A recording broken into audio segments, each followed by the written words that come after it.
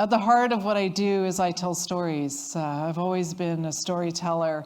I'm lucky that I've been able to do this for so long.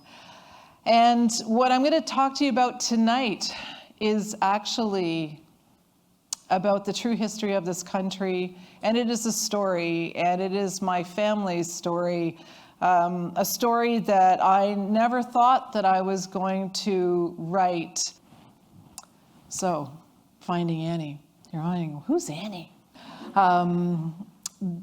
Annie is my great-great-grandmother. So, for years, my mother had been asking me to find Annie. My mom knew that I live in Toronto, and my mother also lives in Toronto.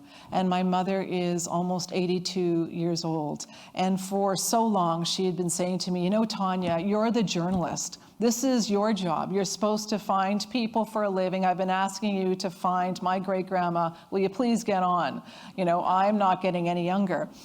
And so I said, okay, I will. And so my mom, she had years before given me a brown filing folder when my Uncle Hank passed away. And this folder contained all this research on his grandma, Annie, and on his mom, Liz, Annie's daughter. And this folder contained First Nations maps of Northern Ontario. Communities were circled and question marks were there.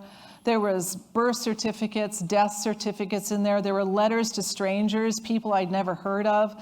And every time over the years, before my mother had asked me to find Annie, every time I'd open up this filing folder, I'd feel really sad and hollow, because I could see my Uncle Hank's writing and all the questions he was asking. What happened to his grandma, and who was his mom? Why did his mom, Liz, never speak about who she was, where she was from? Why didn't she speak her language?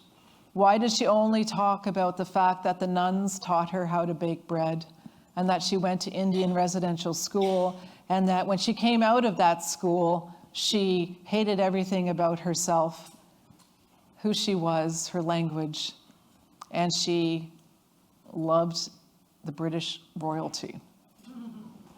So I thought to myself, okay, so now I know where Annie's from, but I need to know more about the story.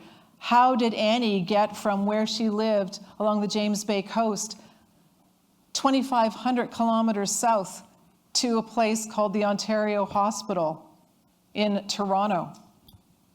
How was it possible? And also, too, where was she? I was born and raised in Toronto. I'm a member of Fort William First Nation. My mother was raised by Annie's daughter, Liz, just outside of Thunder Bay, in the bush, on the land. But we didn't know anything else. What had happened that she was taken away and moved so far from everything that she knew? For me to understand how this could happen in Canada, I needed to go back to the time when she was born. She was born in 1871. 1871 was 5 years before something called the Indian Act, which I know you all know what it is now, was brought into law in 1876. She was 5 when it became law. A law that would affect her life and the life of every grandmother on my maternal side that I have had, and mother and me, 5 generations under the Indian Act. This was super cool, though. In the bottom left-hand corner, her name, she wrote her name in Cree syllabics. And this made me cry. It was the first thing I had of her that she had touched. I normally talk about what I wrote about in the book, what happened after when we were looking for Annie.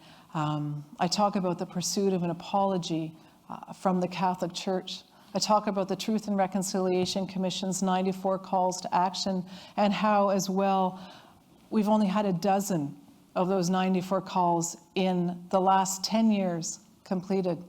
I hope, though, this story of one family inspires you, though, to open your hearts and your minds and to realize, as I said, this is just one family.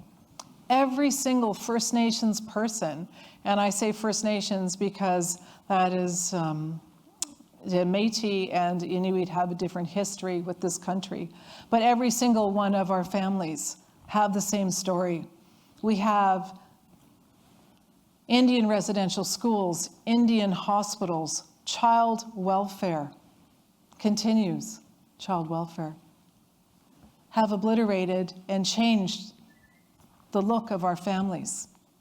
We're still trying to reclaim ourselves and who we are.